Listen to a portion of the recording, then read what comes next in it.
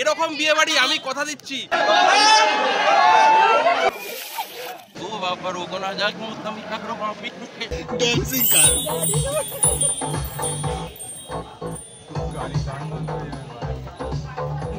বন্ধুরা তোমরা সবাই কেমন আছো? আজকে চলে এসেছি আবার একটা নতুন ব্লগে। আগের ব্লগে তো তোমাদের বলেইছি যে আমাদের সামনেই বিয়ে বাড়ি আসছে, তো সেই বিয়ে বাড়ির ব্লগগুলো তোমাদের সাথে শেয়ার করব। তোমাদের আশা করছি ভিডিওটা খুব ভালো লাগবে, তো সবাই এন্ড অবধি দেখতে থাকো। আর অনেক মজার মজার জিনিস আছে। গৌরব সুস্মিতা ব্লগে তোমাদের অনেক অনেক ভালোবাসা জানিয়ে আজকের ব্লগটা শুরু করছি। তো আজকে আমরা সকালবেলা চলে এসেছি রনিদাদের বাড়িতে, মানে তোমাদের দাদাভাই অফিস গেছে, তবে ও 2:30-এর মধ্যে চলে আসবে।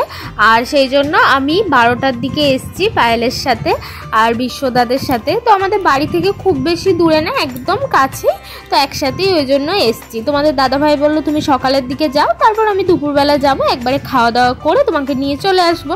আর এখানে দেখো আমরা এসেই দেখছি যে আরও ওর যে বন্ধুর বউরা তারাও সবাই আছে, তো ওদের সাথে ঘরে একটু গল্প করলাম। তারপরেই আমাদের ডাকলো, মানে আমরা ঘরেই ছিলাম এত রোদের জন্য। আর এখানে হচ্ছে ফটোশ্যুট, তো যেমন বিয়ের দিন সকালে সবাই ফটোশ্যুট করে, তো সেইভাবে আমরাও গেলাম, গিয়ে একটু ফটোশ্যুট করলাম।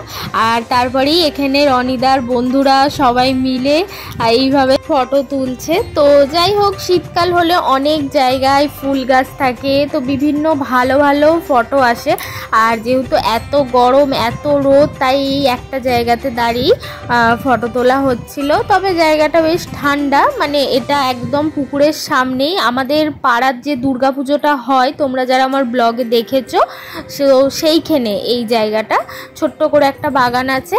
তারপরেই আমরা চলে এলাম আবারও রনিদাদের বাড়িতে। তো বাড়িতে এসে খানিকক্ষণ বসে তারপর গায়ে হলুদের সমস্ত আয়োজন হচ্ছে। আর এখানে গায়ে হলুদ দেওয়ার জন্য সবাই আছে। আর এখানে রনিদার তো মা মাসি পিসিরা মিলে সব গায়ে হলুদের যা যা রিচুয়ালস হয়, তো সেইগুলোই সবাই এখানে করছে। হলুদ কোটা, আমরা এখানে চেয়ারে বসে বসে গল্প করছি। দেখো আমার মুখটা এত ঘেমে গেছে, তাও আমি শুদ্ধ একটু কাজল পরেছি আর একটা টিপ দিয়েছি। আর এখানে বিভিন্নভাবে ফটোশ্যুট হচ্ছে, তো খুব সুন্দর সুন্দর ফটোগুলো আসছিল, আমরা দেখছিলাম। আর এই জায়গাটা না একটু ঠান্ডাই ছিল। আর এখানেই গায়ে হলুদ হচ্ছে, দেখো ভীষণ সুন্দর করে সাজিয়ে পেছনটা, তো পেছনের ডেকোরেশনটাও তোমাদের এরপর দেখাবো। আর আমি আমার একটা ভিডিওতে বলেছিলাম যে তোমরা যারা আমাকে কমেন্ট করবে তো তাদের নামগুলো আমি নেব, তো তোমাদের কাছে আগেই ক্ষমা চেয়ে নিচ্ছি, অনেকটা দেরি হয়ে গেল তোমাদের নামগুলো নিতে।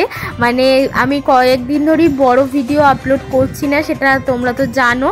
আর ভাইয়ের জন্মদিন বা ভাইয়ের জন্মদিনের পরের দিন যে ব্লগগুলো ছেড়েছি, তো তার মধ্যে আমার একদম খেয়াল নেই যে শাউট আউট করার। তো আজকে শাউট আউট আমি অবশ্যই করব।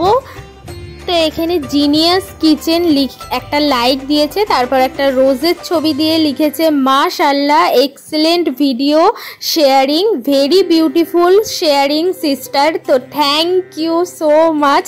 তোমরা যে বাংলাদেশ থেকে আমার ভিডিও দেখছো আর সেখানে কমেন্ট করছো, মানে আমি সত্যিই খুব খুশি হয়েছি। আমি মোটামুটি সবারই কমেন্টের রিপ্লাই দেওয়ার চেষ্টা করি, আমি বা তোমাদের দাদা ভাই। তো তোমরা এভাবে সুন্দর সুন্দর কমেন্ট করতে থাকো, তাহলে আমাদের ভিডিও বানাতে আরও বেশি উৎসাহিত হবে। তো এরপরে নিশা দাস লিখেছে ভিডিওটা খুব সুন্দর হয়েছে, তো নিশা তোমাকে অনেক ধন্যবাদ। আর তারপর এখানে কিউটি লিখেছে you looking like a wow, thank you cutie. Cutie আমার প্রত্যেকটা ভিডিওতে আগে কমেন্ট করতো, তো অনেক অনেক ধন্যবাদ কিউটি। তুমি আর কমেন্ট করো না লাস্ট 1-2 মাস ধরে, কিন্তু আগে প্রত্যেকটা ভিডিওতে আমায় কমেন্ট করতে, আমি তোমাকে রিপ্লাই দিতাম, আমার মনে আছে। তো খুব ভালো থেকো কিউটি, যেখানেই থেকো। আর কোথা থেকে আমার ভিডিও দেখছো সেটা কিন্তু আবার কমেন্ট করে জানিও। আর এরপর দেখো তোমাদের সাথে এত গল্প করতে করতে গায়ে হলুদের সমস্ত কাজও হয়ে গেল। আর এখানে রনিদার বৌদিরা বোনেরা দিদিরা সবাই মিলে ফটো তোলার জন্য একটা সুন্দর অ্যারেঞ্জমেন্ট করেছে, মানে ফুল টুল দিয়ে এত সুন্দর লাগছে। তো আমরা এখানে অনেকক্ষণ দাঁড়িয়ে দাঁড়িয়ে দেখছিলাম। তো দেখো তোমরাও এরপর হলুদ জল গুলে তো বালতি করে সেটা দেবে, এটাতে খুব সুন্দর ফটো আসে, মানে ভীষণ ভালো লাগে। আমার বিয়ের সময়তেও করেছিল, কিন্তু ছবিটা ঠিক মুখটা আমার স্পষ্ট বোঝা যাচ্ছিল না বলে অ্যালবামে দেয়নি, তবে এমনি আমার আছে। আর আমাদের যেহেতু পুকুরে স্নান করতে নিয়ে যায়, তাই আমার পুকুরের জলে অনেক সুন্দর সুন্দর ফটো আছে। তো এরপর দেখো তোমরা কি হয় রনিদার সাথে। এখানে ক্যামেরাম্যান দাদারা বলছে যে ওনারা যখন বলবেন তো তখনই ঢালবে।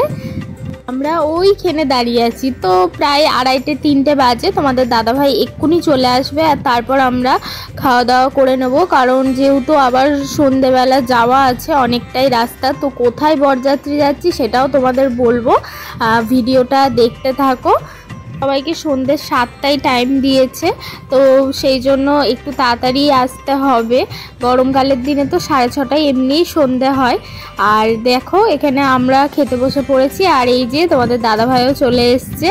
আর তারপর আজকে দুপুরের মেনুতে ছিল লেবু, নুন, তারপর ছিল ভাত, ডাল, বেগুনি, এঁচোড় চিংড়ি, মাছ, আর ছিল চাটনি, পাঁপড়, রসগোল্লা। তো রান্নাবান্না খুব ভালো হয়েছিল, মানে একদম হালকার মধ্যেই, খুব বেশি রিচ হয়নি যেহেতু এত গরম। আর এটা কিন্তু তোমাদের দাদাভাই ভিডিও করছে, আর আমরা বসেছিলাম পেছনে। তো তারপরে আমরা দুজনে বাড়ি এসে একটু ঘুমিয়ে রেস্ট নিয়ে, মানে তোমাদের দাদাভাই ঘুমিয়েছে, আমি 1 ঘন্টা মতো ঘুমিয়েছি। তো তারপর আমরা সন্ধ্যাবেলা রেডি হয়ে যাই। আর এই যে তোমাদের দাদাভাই ধুতি পরেছে আর নীল পাঞ্জাবিটা পরেছে। এই পাঞ্জাবিটা তোমাদের দাদাভাইকে আমি অ্যানিভার্সারিতে গিফট করেছি, তো আমি বললাম যে আজকে পরো। আর আমি এই নীল শাড়িটা পরেছি, এটা সেই আমার দিদির বিয়ের সময় পরেছিলাম, তোমরা দেখেছো অনেকেই, তখনও ভিডিও করতাম, নিশ্চয়ই দেখেছো। আমার পিসির মেয়ের বিয়ে হচ্ছে বৈশাখ মাসের 10 তারিখে, তো 1 বছর পর আবার এই শাড়িটাই পরলাম। আসলে গরমে কি পরবো এটাই বুঝতে পারছিলাম না, মানে গরমে তো বেনারসি বা কাতান এইসব তো দেখলেই গাটা কেমন হচ্ছে। তো একদম হালকার মধ্যে সিল্কের মধ্যে কিছু পরতে চেয়েছিলাম। আর বিয়ে বাড়িতে তো আবার একটু সাজগোজ না করলেও হয় না, একটু হেভি তো সাজতেই হয়, বিয়ে বাড়ি বলে কথা। তো সেই জন্য ভাবলাম যে এই ব্লু কালারের শাড়িটাই পরি। আর এখানে যা যা রিচুয়ালস হয় বর বেরোনোর আগে, তো সেগুলো সব হলো। এরপর বর বেরিয়ে যাবে, তো আমাদের বেরোতে বেরোতে প্রায় 9টা বেজে গেছিলো। আমরা 6:30 থেকে রেডি হয়েই ছিলাম। তার দিকে রনিদারদের বাড়ি গেছি, তো বিয়ের ব্যাপার বুঝতেই পারছো, সমস্ত নিয়ম কানুন করতে একটু তো দেরি হবেই। তোমাদের বরের গাড়িটাও দেখাচ্ছি, দেখো খুব সুন্দর করে সাজিয়েছে। আর এই গাড়ির সামনে দাঁড়িয়েও ফটো তোলা হলো, আর আমরা ওখানেই দাঁড়িয়েছিলাম। তারপর আমরা আস্তে আস্তে এগিয়ে এলাম আমাদের গাড়ির দিকে। এই যে ইকো গাড়িগুলো করেছে, তো আমরা পেছনে ওরা বসেছিল, আর সামনে আমরা 3জন বসে আছি। আর এখনো গাড়ি ছাড়েনি, তবে একটু পরেই ছেড়ে দেবে। আর এই যে আমাদের জিরাট স্টেশন রোড। তো তোমাদের বলে দিই যে আমরা কোথায় যাচ্ছি। বরযাত্রী আমরা যাচ্ছি হচ্ছে শান্তিপুরে যাচ্ছি। আর এখানে যাওয়ার সাথেও একটা খুব আনন্দের বিষয় আছে, মানে ভীষণ মজার বিষয় আর কি, হলো আমাদের ভেসেল পার হয়ে যেতে হবে। তো সেটা ভীষণ মজা, আমি একবার গেছিলাম ছোটোবেলায়, তো তারপর আর যাওয়া হয়নি, কারণ আমাদের ওদিকে কোনো আত্মীয় স্বজন কেউই নেই, আর সেই জন্য যাওয়া হয়নি। তো আবার যাওয়া হচ্ছে। আর এই যে বরের গাড়িও এখানে বেরিয়ে গেল, আর বরের গাড়ির পেছনেও তারপরে আমাদের গাড়িটাও যাবে। আর পরস্পর গাড়িগুলো গেলে না খুব দেখতে ভালো লাগে, জানো তো। ড্যান্সিং কার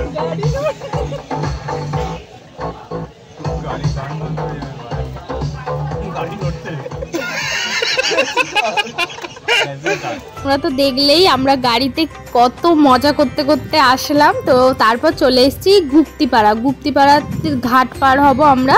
আর দেখেছো গাড়ির লাইনটা, মানে পরস্পর গাড়ি আছে, মানে অনেক লাইন, বোধহয় এখনও 1 ঘন্টা দাঁড়াতে হবে। তো হ্যাঁ, আমি এখন তোমাদের বলছি, আমাদের ওই 1 ঘন্টা 1.5 ঘন্টা মতো দাঁড়াতে হয়েছিল। তারপর যেতে 5 মিনিট লাগলো, কিন্তু ওই যে দাঁড়াতে হলো। আর এই যে এখানে বরের গাড়িও আটকে আছে, বরের গাড়িও আগে ছাড়া হবে, তারপর সব আমাদের গাড়িগুলো যাবে। আর তোমাদের আশপাশটা একটু দেখাচ্ছি আমি আর তোমাদের দাদাভাই মিলে। দেখো অনেক বড় এরিয়া নিয়ে, আর এই যে লরিগুলো দাঁড়িয়ে আছে এরাও সব ভেসেল পার হবে। আগে আমি এই ঘাটেই পার হয়েছি, তখন আমি একদম ছোট ছিলাম, মানে ওই 7-এ পড়ি। তো আমার মায়ের মাসির ছেলের বিয়ে হয়েছিল গঙ্গার ওপারটায়, তো সেই শান্তিপুরের দিকে। তো তখন এই ভেসেল পার হয়ে গিয়েছিলাম, তখন খুব মজা হয়েছিল। আর দেখো গঙ্গার ধারের ওয়েদারটা না ভীষণ সুন্দর, মানে বেশ একটা ঠান্ডা ঠান্ডা হাওয়া আছে। এই দিকটা একটু গরম যেহেতু গাড়িগুলো সব ছিল, তত ঘাটের দিকে আসছি তত হাওয়াটাও আছে আর ঠান্ডাও আছে।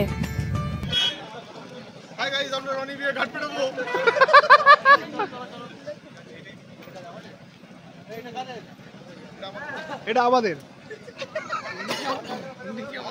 উনি আমাদের না। দারুণ লাগছে গঙ্গার প্রাকৃতিক পরিবেশে মনোরম হাওয়া। আসতে হলে আপনাদের দেখতে হলে এখানে আসতেই হবে, ফিল করতে হলে আপনাদের আসতেই হবে। এরকম বিয়ে বাড়ি আমি কথা দিচ্ছি আবার একবার হবে, কিন্তু কবে হবে জানি না। এই যে অভিজ্ঞতা আজকে আমাদের, এই যে চঞ্চল হাওয়া, এই যে প্রকৃতি, এই যে হালকা আলোটা পড়ছে ওপর থেকে, চাঁদের আলোটা, আছে। হ্যাঁ, এক এক করে তো সবার বিয়ে খেয়ে নিলাম, বেশ ভালোই লাগলো। খেয়ে খেয়ে পেটটা অনেকটা বেড়ে গেছে। ঠিক আছে, আর দেখা যাক সবার কি ফিলিংস সেটা তোমাদের বললো, মানে তোমাদের দাদাভাই শোনালো। তো সবারই ভীষণ ভালো লাগছে জানো তো, মানে এই গঙ্গার ধারে দাঁড়িয়েছি। হ্যাঁ একটু পাটা ব্যথা করছিল, মানে অনেকক্ষণের ব্যাপার, আর একটু হিল জুতো পরেছিলাম সেই জন্য পায়ের গোড়ালিগুলো একটু ব্যথা করছিল। তবে এমনি বেশ ভালোই লাগছিল দাঁড়াতে, মানে কষ্ট হয়নি।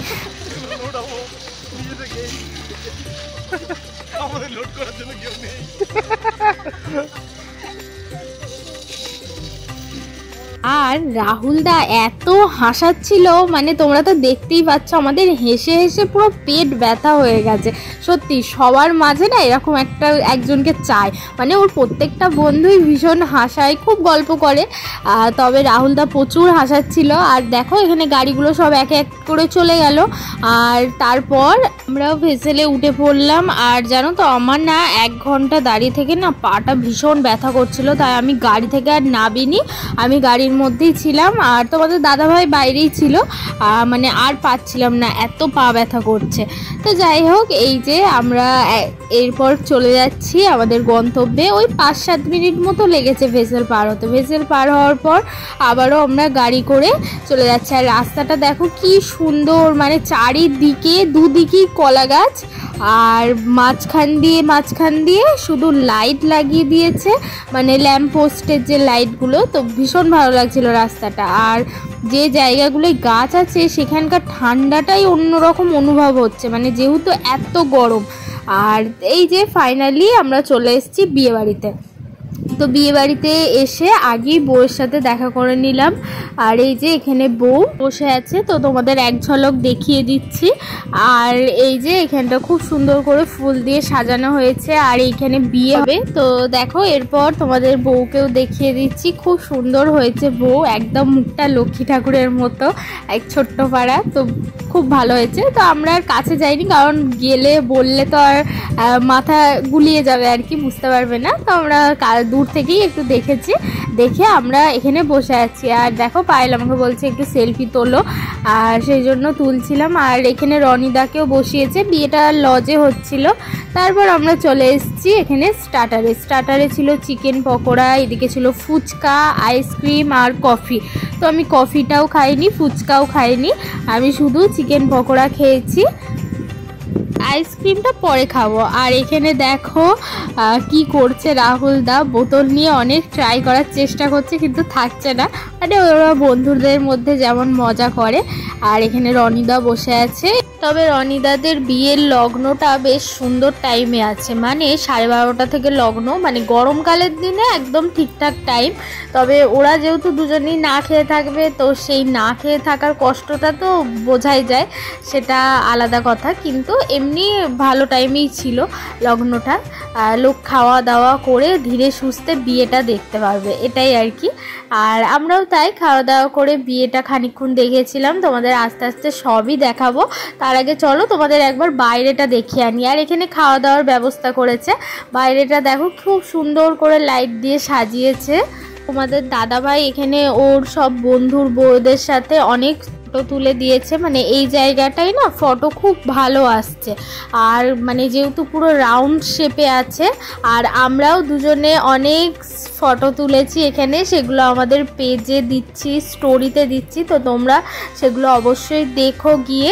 আর যদি ভালো লাগে একটা করে লাইক করো। আর এখানে না হাসতে হাসতে আমার ফুলটা খুলে পড়ে গেল, মানে একটা ফুল কাটা ফুল ছিল আমার মাথায়, তো দেখেছো আমি কাঠগোলাপের চাষ করেছি, তো একটা ফুল খুলে গেল, সেটাই তোমাদের দাদাভাই আমাকে বলছে। আর এই যে তোমাদের দাদাভাই আমাকে খুব সুন্দর সুন্দর কয়েকটা ফটো তুলে দিয়েছে এখানে বসে।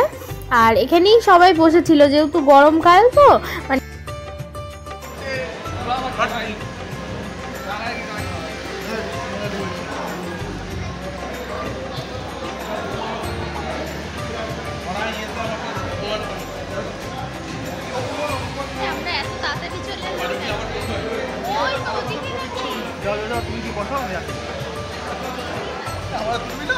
সবাইকে एक टुटकी पापड़ का कीमत तुम क्या जानो गौरव बाबू।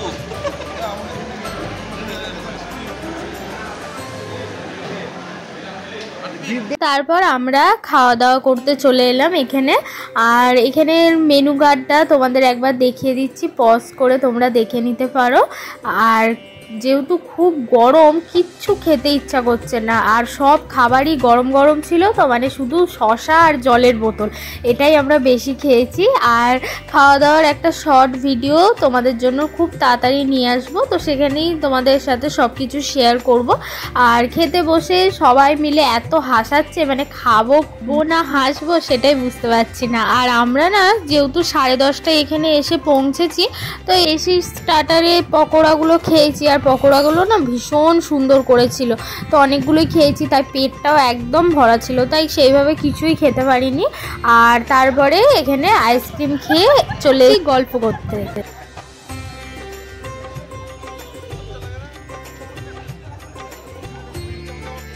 আচ্ছা আমি একটা কথা বলতে চাই, সেটা হচ্ছে যে আমরা এখান থেকে ফিরে গিয়েই সিদ্ধান্ত নেব আগামী 3 মাসের মধ্যে জরুরি ভিত্তিতে আমরা একটা মিটিং করে আমরা পাসপোর্ট বানাবো, কারণ সামনেই আমাদের দুলা ভাইয়ের বিয়ে রেডি। বাংলাদেশ যাবো, আমরা মৈত্রী এক্সপ্রেস ধরবো, আমরা টিকিট বুকিং স্টার্ট করবো 3 মাস আগে। মার্চ থেকে 3 মাসে মানে জানুয়ারি ডিসেম্বরে টিকিট কাটবো, ডিসেম্বরে টিকিট কাটবো আমরা।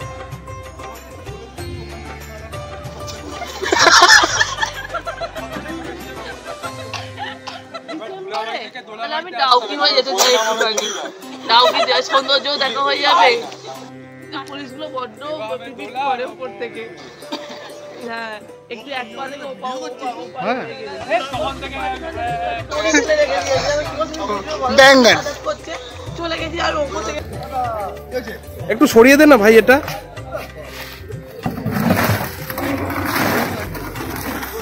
এরপর আমরা ওখানে অনেকক্ষণ বসে গল্প করলাম, খাওয়া দাওয়া করে তারপর চলে এসেছি এখানে বিয়ে দেখতে। তো আমরা বেশিক্ষণ বিয়েটা দেখতে পারিনি, খানিকক্ষণ বিয়েটা দেখেছি। আর বাইরেই যেহেতু হাওয়া দিচ্ছিল ফুরফুরে, তো সেখানে ওই জন্য বাইরেতেই বসে থাকতে ভালো লাগছিল। আর দেখো তোমাদের তো এর আগে একবার দেখালাম যে কত সুন্দর করে সাজিয়েছে বিয়ের মণ্ডপটা। আর এই যে এখানে রনিদা দাঁড়িয়ে আছে, এখানে শুভদৃষ্টি মালা বদল এইসব হবে, আর কনেকেও একটু পরেই নিয়ে আসবে, আর ওর সব বন্ধুরাও চলে এসছে।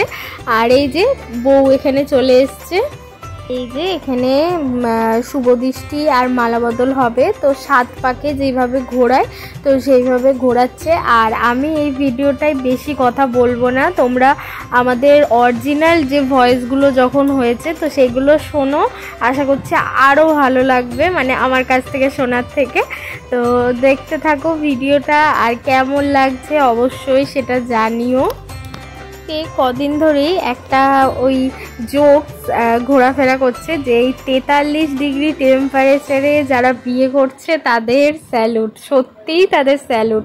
মানে ভাবো আমরা গরমে হাঁসফাঁস করছি, মানে একটা সুতির শাড়ি ছাড়া আর কিছু ইচ্ছা করছে না, আর এই এত গরমে বেনারসি পাঞ্জাবি দুটো মালা পরে মানে ঘন্টার পর ঘন্টা থাকা মানে কতটা কষ্টের, সত্যি মানে ভীষণ গরমে কষ্ট হচ্ছে সবারই। আর এই আর উপরে এই এত গরমে আবার উপোস করে থাকা, মানে এমনি ঠান্ডা ঠান্ডা কিছু খেতে ইচ্ছা করে, তবে শরবতটা বোধহয় খাওয়া যায়।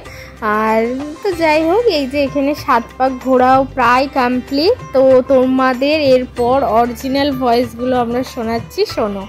আর তোমাদের দাদা ভাইয়ের কোনো বন্ধুরই বিয়ে নেই, সেই পরের বছর আবার। ঠিক করে হবে।